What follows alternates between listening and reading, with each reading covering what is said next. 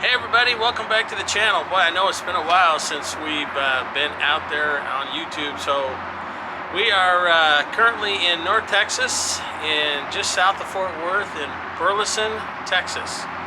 We moved the fifth wheel from Keene, Texas up to Burleson because a couple things. And Stephanie's going to kind of take the camera and show you, we found an RV park that actually has a cover. So if you want to show them what's up over the fifth wheel. Oh, an awning. They've never seen Yeah, one big before. awning. Yeah. And then also we have some shade curtains to help. And there's one in the back to help with the sun in the summertime because we don't know how long we're going to be parked here while we look for a house. So we could be here until next winter. We don't have any idea. We're kind of waiting on the housing market. But right now, what we have is we have a storm coming in and a cold front, and that cold front is going to take the temperature all the way down to 9 degrees, and so we needed to do everything we could to be prepared for such a storm. So let's kind of walk through what we've done. So the first thing we did was we want to make sure we have enough propane. So we went down to Tractor Supply and picked up a larger tank. So that's a 40-pounder. It holds a couple more gallons than the 30-pounder, so we should be in pretty decent shape. Now, you'll notice it fits right in there. We didn't have any problems. So anybody that has a concern of whether or not a 40-pounder will fit in their fifth wheel, you can measure it out to make sure, but you can see that it fit right in there. So on the other side, though, we still have our 30-pounder.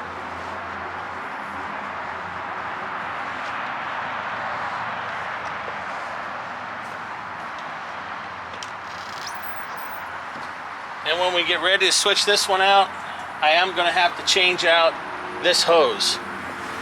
Okay, so now one thing I want to make sure you guys definitely see is we've got our gas stops in there. And don't forget, you can get those from Techno RV. Great place to go.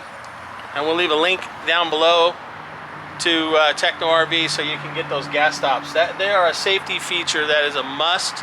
Because if you have a leak somewhere in the fifth wheel, they will shut off the propane to stop that leak.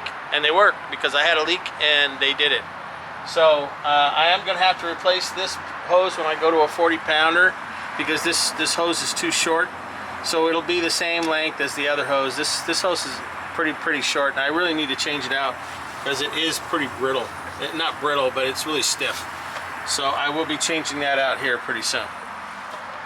All right. So did we have to change out the other one when we went to 40-pound on that? Or So we took the one out that we had in there, the 30-pounder, and right now it was full. So I have chained it up underneath the slide so that it's not going anywhere. Nobody's going to be able to take it away unless they've got one massive set of cutters. So come prepared. So yeah, so if you're coming to get that tank, you better come prepared. So I've locked that up. We have a small tank also, but we use that tank for cooking. We're actually gonna, have some tri-tip. Did I say that? I said that. We are in North Texas, and we are gonna barbecue some tri-tip. Where'd you get that tri-tip? I got that tri-tip at Costco. Oh, we're not supposed to tell anybody that. You guys are all gonna run out and go get that tri-tip. Yeah, they used to not sell it in Texas.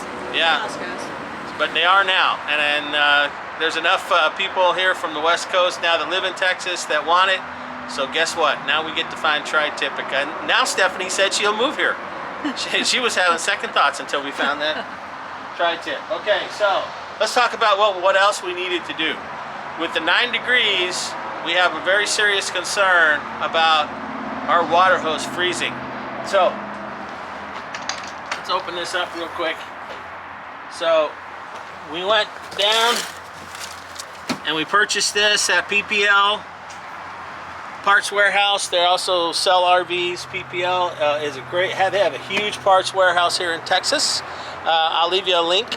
We're not affiliated with them in any way, but PPL, they have a ton of parts and they're pretty comparable in their prices to Camping World. All right, so this hose is made by Camco, and it's one of the best rated hoses out there.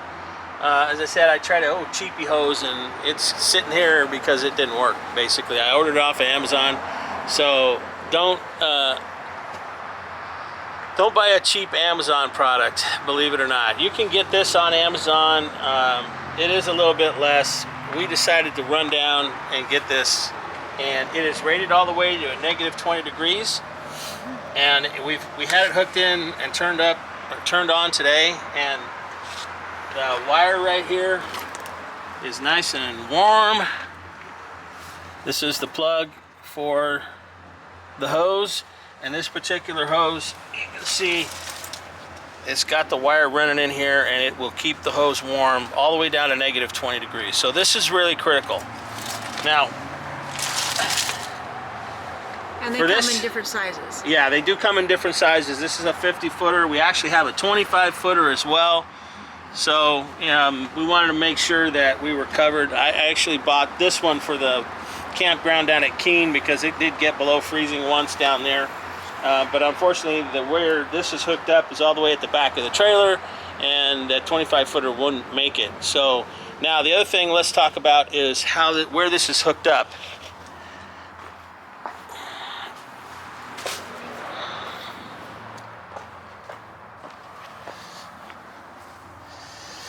Okay, so you can see all the way back in there is where it's connected. And I have all of that covered. All of it. So let me go around the other side, and I can get you a little bit closer so you can see. So you want to make sure that all of that is covered. And you see that white wire sticking out? I'm sorry. All this is covered. You see that white wire sticking out? That's actually from the hose. So that wire is keeping that whole section of that T on that water line nice and warm. So that whole thing will stay nice and warm, and we won't have to worry about it. So you can buy all that insulation at Home Depot. It works really well. Get the 1-inch type, and you'll be good to go. Okay, so that's a couple things that we've done. Propane, make sure your fresh water is protected. Now, if we lose power for any period of time, if you look back at our previous videos, you'll know we have a generator. We'll hook that generator up, and we will charge our batteries using the generator because our solar panels are blocked because of the awning. Right now in Texas, I think it's more important that we protect the solar panels, since we're going to be full-timing it from hail or any other issues that we might have with the weather. So if I have to charge the solar panels, I'm going to hook up the generator and get them charged up. Now, so our batteries, our lithium batteries, they need to stay warm. Let's go take a look at how we're doing that.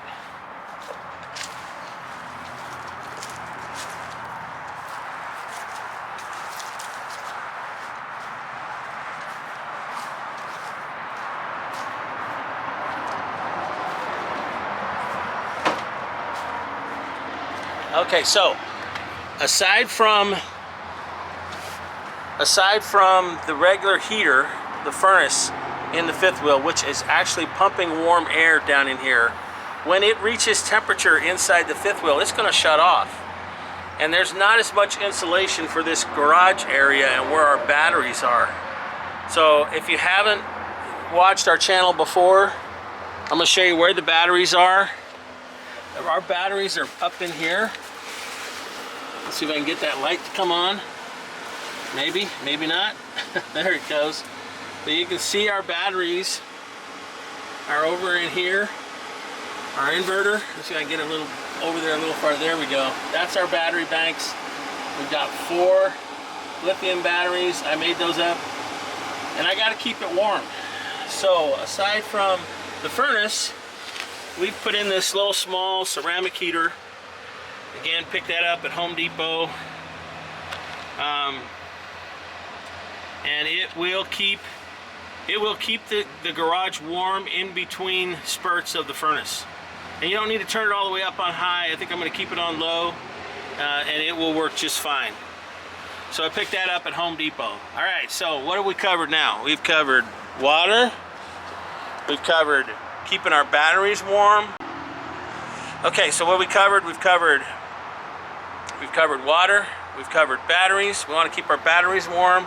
If you don't keep your batteries warm, you're not going to be able to charge them, and you got to have a good charged up battery. If you don't have a charged up battery, your 12 volt systems are just not going to work. That converter is not going to be able to keep up with it. You've got to have 12 volts, okay? Now, as far as keeping the bank here warm, this is our wet bay. A couple things I have is we have a cable coming through going to our internet service because we have fiber optic here at this campground, which is fantastic, and it's going into a internet box in the garage. And I've opened this up to allow the cable to get through, but I would have taken this out and opened it up as well to allow warm air to flow in from here and get into the bank. But also the wire for the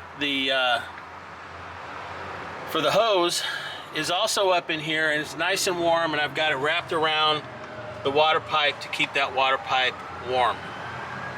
So we're protected here, we're protected in the garage. Now let's talk about your waste systems real quick, okay? So with our fifth wheel, we have, sorry about that, we got a fire truck going by. With our fifth wheel, we have tank heaters for our Blackwater tanks. Well, I'm gonna do something a little bit extra. Let's close up the garage and I'll show you what we're gonna do. First of all, we dumped the tanks. Now, I just flushed them a couple of days ago, so I didn't feel a need to flush them again. But we're gonna add something to the tanks that normally you don't add. So let's go take a look.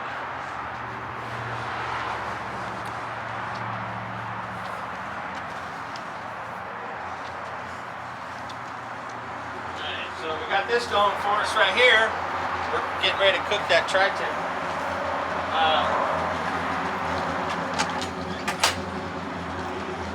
Turn on a light so we can see. Da, da, da, da.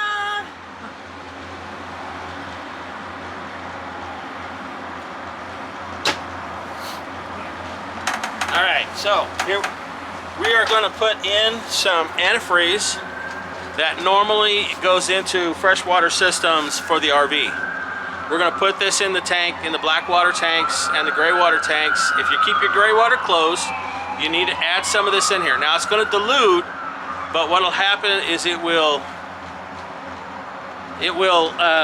over time, for the first while, it will keep the seals lubricated and prevent them from hardening up. Now we're only going through a short spell, but if you're in freezing conditions for quite some time, I would recommend adding some of this every time you dump your tanks, just to make sure that your seals are staying good and lubricated and they're not freezing.